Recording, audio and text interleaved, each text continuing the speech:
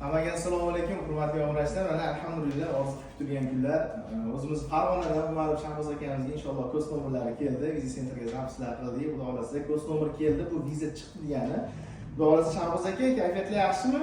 Mana shu kunlarga yetib keldik. Alhamdulillah, Alloh yetkazganiga shukr. Sizni ham, bizni ham yuzimiz yorug' bo'ldi. Sababini qildik. Mana Allohning yaxshilik bilan siyladi.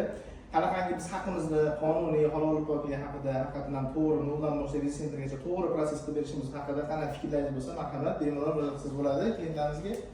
Assalomu alaykum hammaga. Mana ko'z nomerimiz keldi. Xudoga hamma shukr. Jalol akaga ming marta rahmat. Shunchalik dokumentlarimizni qilib berdi. Hammalari ishoninglar. O'zim Farg'onaliman. Bitta yolg'on yo'q. Tavsiya qilinglar. Inshaalloh hammasi yaxshi bo'ladi. Mana ko'z nomerim keldi.